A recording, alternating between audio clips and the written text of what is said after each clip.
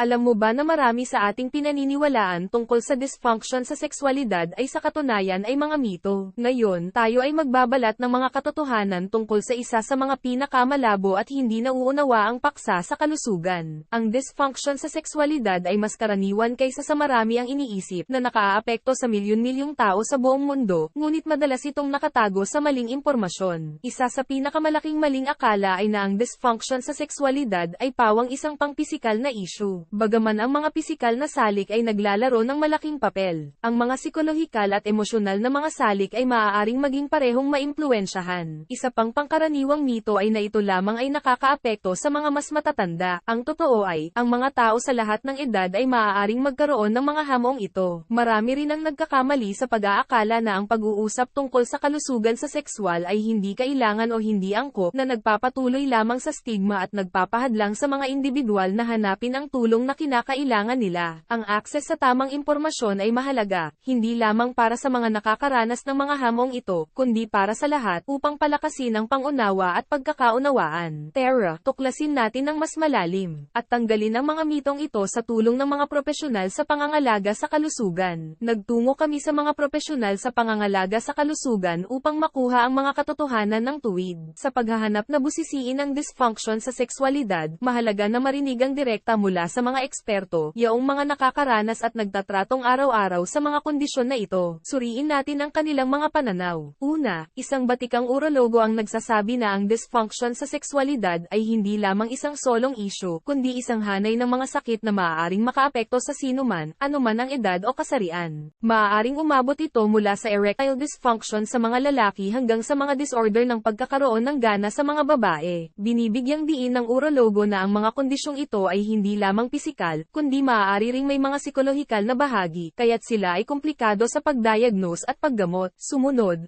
isang psikolohista ang nag-uusap tungkol sa mga aspeto ng isip at emosyon. Binibigyang diin nila na ang pagkabalisa, depresyon, at stress ay mga malaking contributor sa dysfunction sa sexualidad.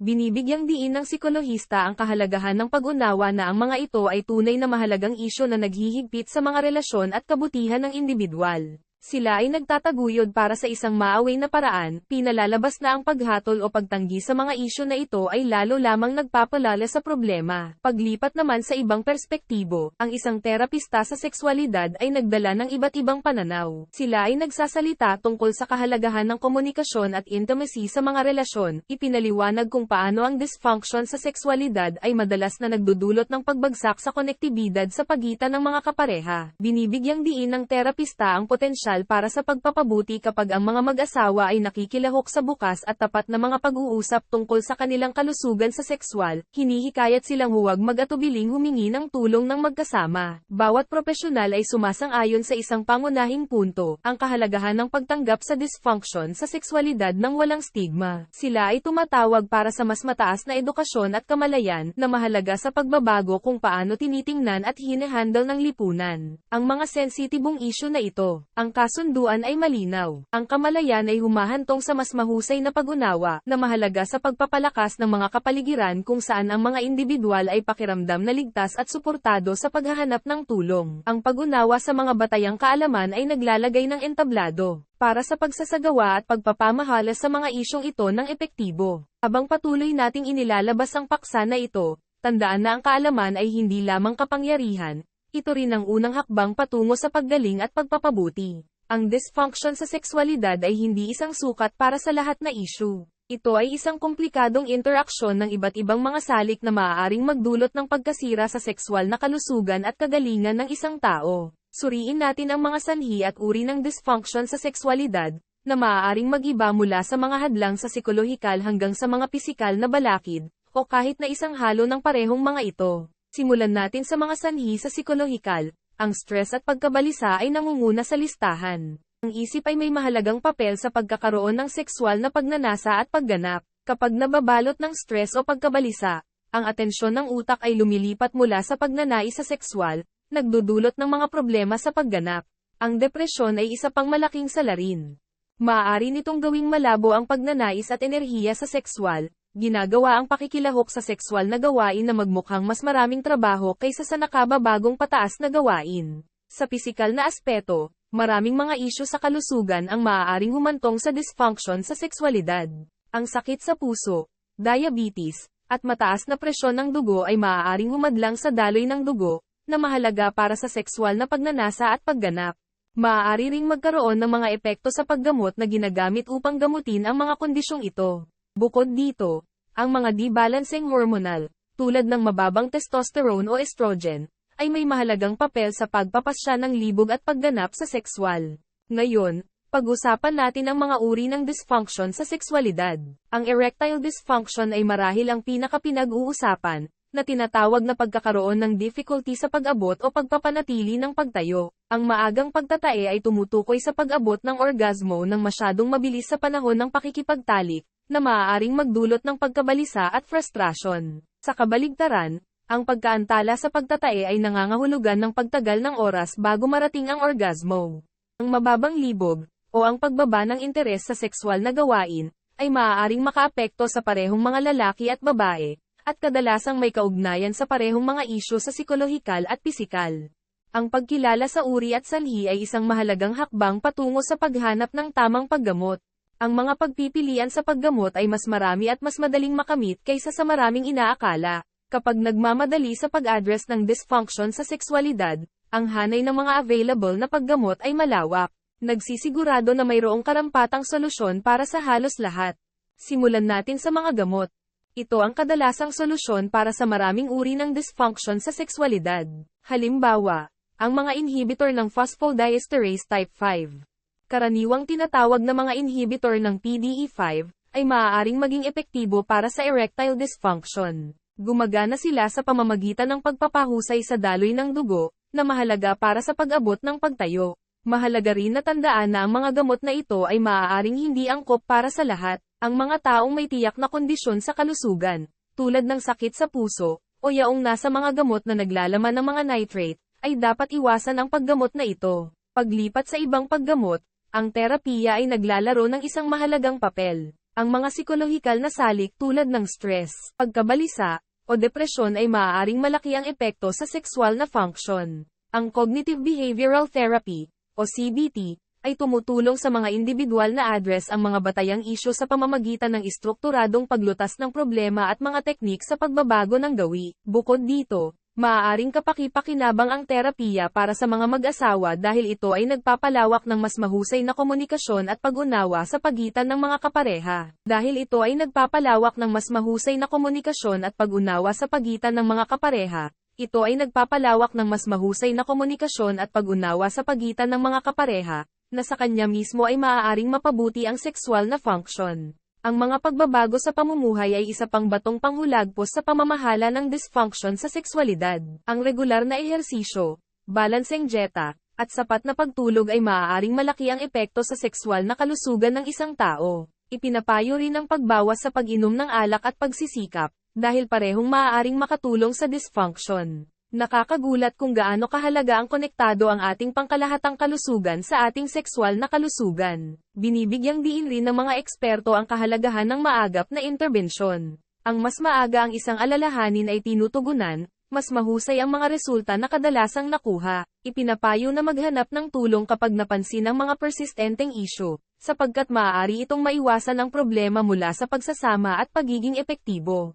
Sa mas komplikadong mga kaso, ang mga aparato tulad ng vacuum erection devices o mga surgical option ay maaaring isaalang-alang. Ito ay karaniwang iniirerekomenda kapag ang ibang mga paggamot ay hindi epektibo o hindi angkop dahil sa iba pang mga isyu sa kalusugan. Sa tamang paraan, ang pamamahala ng dysfunction sa sexualidad ay makakamit. Ito ay tungkol sa paghahanap ng tamang balanse at pinakamahusay na pagkakasundo para sa iyong natatanging sitwasyon, at kadalasang isang kombinasyon ng mga paggamot ang gumagana ng pinakamahusay. Tandaan, ang pagtungo sa unang hakbang patungo sa paggamot, maaari kang itakda pabalik sa isang mapagpakumbaba na buhay. Ang komunikasyon ay maaaring maging pinakamalakas mong kasangkapan sa pagpapamahala ng dysfunction sa sexualidad. Ito ang tulay na nag-uugnay sa mga butas na nilikha ng kawalan ng tiwala at kahinahunan, na nagbibigay daan sa isang paglalakbay patungo sa paggaling at pantay na kasiyahan. Sa larangan ng mga relasyon, ang bukas na pakikipag-usap tungkol sa mga isyu sa kalusugan sa sexual ay mahalaga. Ito ay hindi lamang tungkol sa pagsasabi kung ano ang mali, Ito ay tungkol sa pagbabahagi ng mga damdamin, takot, at mga nais. Ito ay maaaring tunog nakakatakot, ngunit isaalang-alang ang simula sa mga malinaw at tapat na mga pahayag.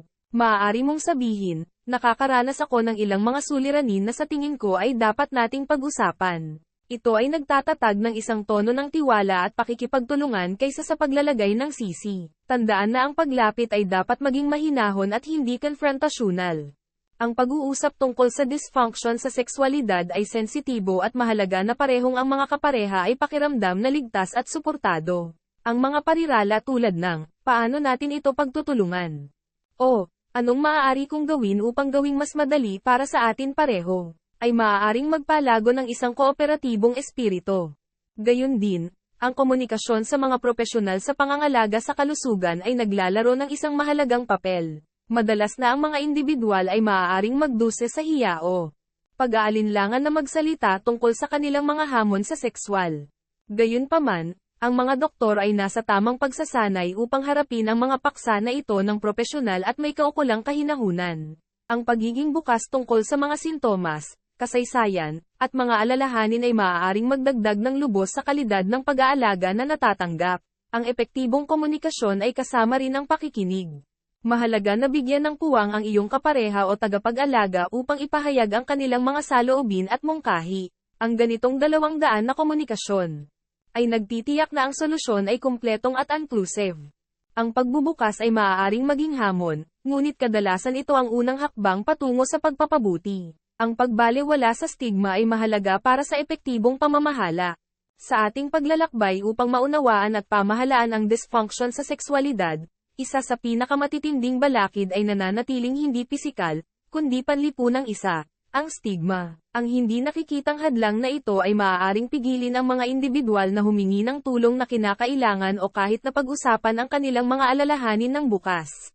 Ang panlipunang stigma sa paligid ng dysfunction sa sexualidad madalas na nagmumula sa mga maling pangunawa at pangkalahatang kawalan ng bukas na pag-uusap tungkol sa kalusugan sa sexual. Ito ay maaaring magdulot ng mga damdamin ng kahihiyan o pag-iisa para sa mga naapektuhan. Isipin ang isang mundo kung saan ang pag-uusap tungkol sa kalusugan sa sexual ay kasing normal ng pag-uusap tungkol sa dieta at ehersisyo. Gaano karami pa ang magiging empowered na humingi ng payo at gamot. Upang baguhin ito, kailangan nating magsimula sa pamamagitan ng normalisasyon ng mga pag-uusap na ito. Ito ay nagsisimula sa ating mga tahanan kasama ang ating mga kapareha at nagpapalawig sa mas malawak na mga pag-uusap sa mga sosyal na setting. Ang mga propesyonal sa kalusugan ay naglalaro rin ng isang mahalagang papel, sa pamamagitan ng pagsulong ng isang kapaligiran ng pag-unawa at hindi paghatol. Maaari nilang ng malaki na magpawala ng mga pagkabahala na dumadating sa mga isyong ito. Bukod dito, ang edukasyon ay naglalaro ng isang mahalagang papel. Sa tamang impormasyon, maaari nating gibay ng mga maling paniniwala at magpakalat ng kamalayan. Ito ay hindi lamang tumutulong sa pag-unawa, kundi nagpapaunlad din ng empatiya sa mga hindi direktang apektado. Tandaan, ang katahimikan ay kadalasang nagmumula ng stigma. Sa pamamagitan ng pagpili na magpakatotoo ng bukas tungkol sa kalusugan sa sexual, ating nilalabanan ang mga lumang pamantayan at bumubuo ng daan para sa isang mas suportadong lipunan. Ito ay tungkol sa paglikha ng isang kultura kung saan ang lahat ay pakiramdam na ligtas na ipahayag ang kanilang mga alalahanin sa kalusugan nang walang takot sa paghatol. Bawat usapan tungkol sa kalusugan sa sexual ay isang hakbang patungo sa paglabag ng stigma. Ngayon, ating binuklat ang mga katotohanan tungkol sa dysfunction sa sexualidad. Atin nang inalis ang mga balat ng mga mito na madalas na nagtatabon sa ating pag-unawa at sinilayan ang mga tunay na sanhi at iba't ibang uri ng kondisyon na ito. Atin nang sinuri ang mga epektibong paggamot at ang mahalagang papel ng bukas na komunikasyon sa pamamahala ng mga hamong ito. Pinakamahalaga, atin nang tinalakay ang kahalagahan ng paglabag sa stigma na bumabalot sa mga isyu ng kalusugan sa sexual. Tandaan, ang paghahanap ng tulong ay isang tanda ng lakas, hindi kahinaan. Huwag mag-atubiling humingi ng tulong sa propesyonal kung ikaw o ang iyong kapareha ay hinaharap ang mga hamong ito.